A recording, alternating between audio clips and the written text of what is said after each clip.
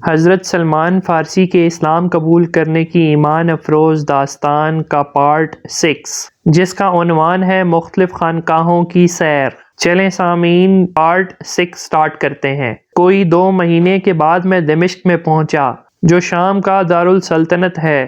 وہاں کارواں صحرائے میں ٹھہر کے ایک سے پوچھنے لگا کہ یہاں مسیحیوں کا سب سے بڑا مقتدی کون ہے؟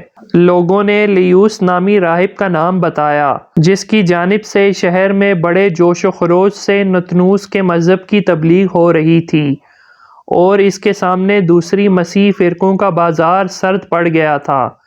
میں نام سنتے ہی اس کے پاس گیا، اپنا حال بیان کر کے دلی جوش ظاہر کیا اور اس کے مریدوں میں شامل ہو گیا، اور خاص اس کی خدمت پر مامور ہوا۔ میں نے ایسی اطاعت اور ریاضت کی کہ وہ مجھ سے بہت خوش ہوا، اور سچ یہ ہے کہ ابتدا میں میرے دل کو بھی اس کی باتوں سے نہایت ہی اطمینان ہوا، اور وجہ یہ تھی کہ لینیوس کے عقیدے کے مطابق راہبوں اور اسقفوں کی کسی پر حکومت نہ تھی، سب پیروان ملت یکساں اور ایک درجے پر تھے۔ ریاضت اور نفس کشی ہر شخص کے لیے یکساں فرض تھی، اس لیے کہ مسیح کے 1000 سالہ بادشاہی میں جس کا خیال پہلے پہل انہی لوگوں نے پھیلا دیا تھا، بغیر نفس کشی کے کسی کی رسائی نہ ہو سکتی تھی، اور اس میں رسائی پانا نجات کے لیے ضروری تھا۔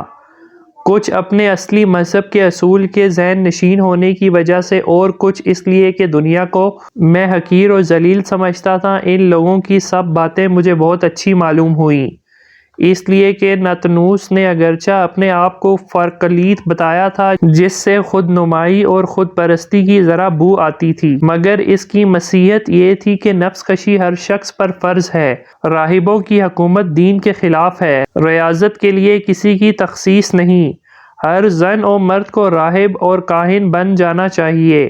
ان اصول و عقائد کو میں نے بہت ہی پسند کیا، اور ایسے خلوص دل سے خدمت کی کہ چند ہی روز میں لینیوس کا رازدار بن گیا۔ اپنی کئی عورتوں اور مردوں کو وہ پیغمبر برحق بتاتے، جن میں لینیوس کا شمار بھی تھا۔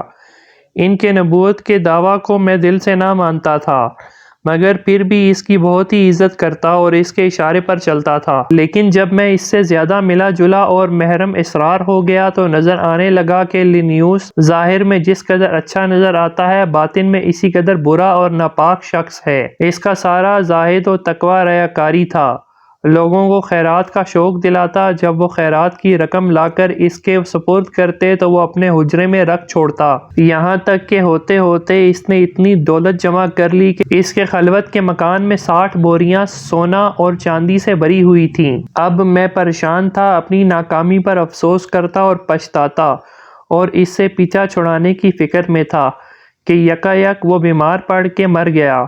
لوگ اس کی میت اٹھانے کو آئے تو میں نے لینیوس کی اصلی حالت سب سے بیان کر دی، اور وہ سونے چاندی سے بھری بوریاں لے جا کر انہیں دکھا دیں۔ اس تکلیف میں وہ حقیقت کے کھلنے سے لینیوس کے ماننے والوں کو برا معلوم ہوا، اور یکایک اس قدر برہم ہوئے کہ بجائے دفن کرنے کے سب نے اس کی لاش کو سولی پر لٹکا کے سنسار کیا۔ اب لوگوں نے یوحنا نامی ایک متقی اور پرہیزگار شخص کو اس کی گدی پر بٹھایا، جو زاہد کے ساتھ ساتھ بڑا عالم و فاضل بھی تھا۔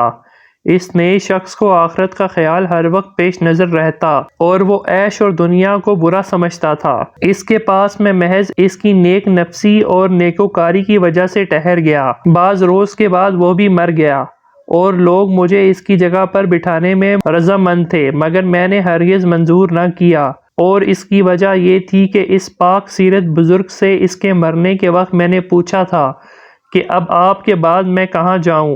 اس نے موصول میں جیروم نام کا ایک شخص بتا دیا کہ وہ بڑا پاک باز اور حقیقت شناس ہے۔ چنانچہ اس کی آغوش میں لحد کے سپرد کرتے ہی میں نے موصول کی راہ لی، اور کوئی 1.5 مہینے میں اس کی خدمت میں حاضر ہو گیا۔ یہ شخص، اس میں کوئی شک نہیں کہ بڑا نیک، عابد اور زاہد تھا، مگر علم و عقل سے بے پرواہ تھا۔ دمشق میں قیام کر کے میں نے توریت اور انجیل اور دیگر صحائف آسمانی کی تعلیم پائی تھی۔ کوئی راہب میری نظر میں جچتا نہ تھا، اس لیے موصل میں اس شخص کے پاس میرا دل نہ لگتا تھا۔ اسی وجہ سے اکثر ادھر ادھر مارا مارا پھرتا اور ڈھونڈتا رہتا کہ کون مجھے نجات کا راستہ بتائے گا۔ اسی تلاش میں ایک شخص سے ملاقات ہوئی، جو مانوسی فرقے کا سرغنہ اور مقتدا تھا۔ اس نے مجھے اپنے مذہب کا شوق دلایا اور میں طالب حق تھا ہی اس کے مذہب کے اصول و قواعد سیکھنا شروع کر دیے۔ اسی آشنا میں جروم مر گیا۔ اس کی وفات کے وقت میں نے بھی اس سے اپنا یہی سوال کیا کہ آپ کے بعد کہاں اور کس کے پاس جاؤں۔ اس نے اموریہ کے ایک راہب کا نام بتایا جو پطرس کہلاتا تھا، اس لیے موصل چھوڑ کر اموریہ کی راہ لی۔ یہاں مجھے پطرس راہب ملا جس سے مل کے میں خوش ہوا، اس لیے کہ یہ بڑا حق شناس اور متقی شخص تھا، مگر اس سے پوری طرح فائدہ نہ اٹھایا تھا کہ اس نے بھی سفر آخرت کیا۔ اس نے مجھے مرتے وقت انطاکیہ کے راہب بونیفیس کے پاس جانے کی ہدایت کی اور اس کی وصیت کے مطابق میں انطاکیہ جا کے بونیفیس کے پاس رہا، جنہوں نے 10 سال اپنی خدمت میں رکھنے کے بعد مرتے وقت مجھے بتایا کہ حضرت سے حقیقت کا راستہ دریافت کروں۔ یہ ہے میری پوری کہانی، جس سے حضور اندازہ فرما سکتے ہیں کہ 15 برس کے سن سے اس وقت تک، جب کہ میری عمر 70 سال سے زیادہ ہے، ساری عمر حق کی جستجو میں گزاری ہے۔ سامعین، یہ تھا حضرت سلمان فارسی کے اسلام قبول کرنے کی ایمان افروز داستان کا پارٹ 6۔ امید ہے یہ سیریز آپ لوگوں کو بہت پسند آ رہی ہے۔ اس سیریز کے اگلے پارٹ کے لیے میرے چینل کو سبسکرائب اور ویڈیو کو لائک اور شیئر کر دیجئے۔ ملتے ہیں اگلے پارٹ میں، تب تک کے لیے اللہ حافظ۔